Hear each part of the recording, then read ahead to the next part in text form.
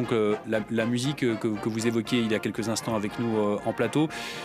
Et donc juste après c'est le défilé aérien, c'est le moment que beaucoup de gens, notamment les plus petits, attendent. Oui, c'est un moment très spectaculaire qui est ouvert par la Patrouille de France traditionnellement.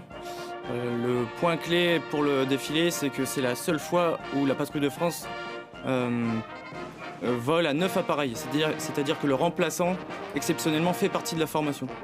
Ils seront en formation Big Nine, le grand 9. Et c'est ce qui généralement systématiquement ouvre le défilé.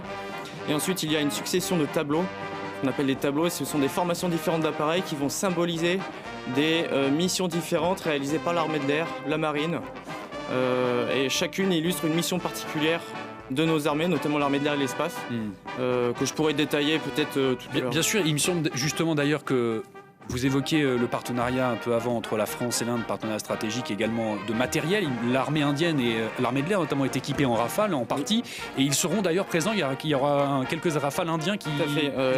Juste derrière la Patrouille de France, le défilé aérien sera ouvert par une formation de 4 Rafales, avec 3 Rafales indiens suivis d'un Rafale français.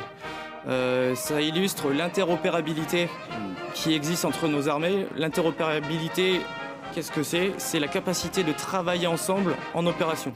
C'est quelque chose qui est très difficile à mettre en place, qui exige de s'entraîner en amont, puisque vous avez besoin de parler le même langage, être capable de vous parler, d'avoir des communications qui se parlent entre elles, d'avoir des procédures qui sont cohérentes entre elles. Et donc ça ne s'improvise pas. Il ne faut pas attendre le temps de guerre pour apprendre à travailler ensemble. Donc régulièrement, les armées de l'air indiennes et françaises se réunissent lors d'exercices.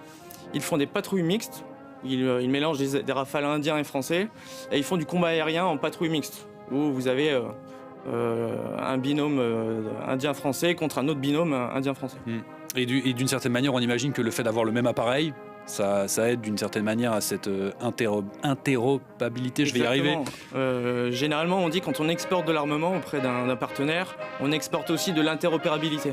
Le meilleur exemple de cela, c'est pour les matériels terrestres, c'est la Belgique qui a acheté, qui veut s'équiper du programme Scorpion.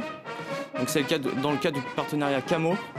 L'idée, c'est que... Alors, il faut détailler un petit peu pour nos téléspectateurs. Le programme Scorpion, qu'est-ce que c'est? Ce sont des véhicules, c'est ça, pour l'armée de terre? Oui, c'est un ensemble de véhicules et de capacités, donc on va les voir défiler tout à l'heure, qui vise à équiper l'ensemble des forces terrestres de l'armée de terre, mais aussi un système principalement de transmission et d'information, qu'on appelle un système d'information et de communication, qui permet le combat collaboratif.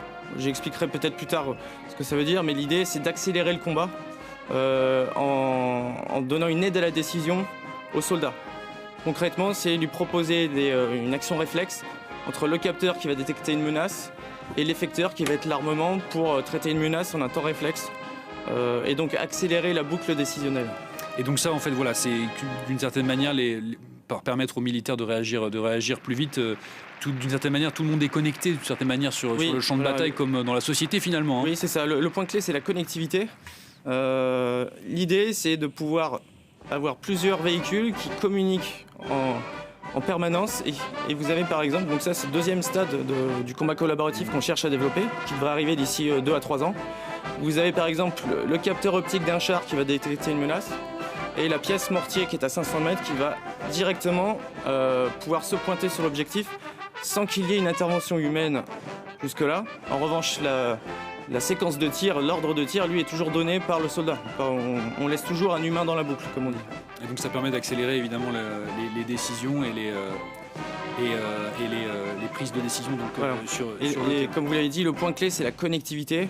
Parce que plus vous communiquez loin, plus vous avez des chances d'avoir des interférences, du brouillage, moins votre débit de données est grand. Et donc, techniquement, ça devient difficile de faire ce que vous faites à l'échelle d'un véhicule sur une compagnie ou un bataillon.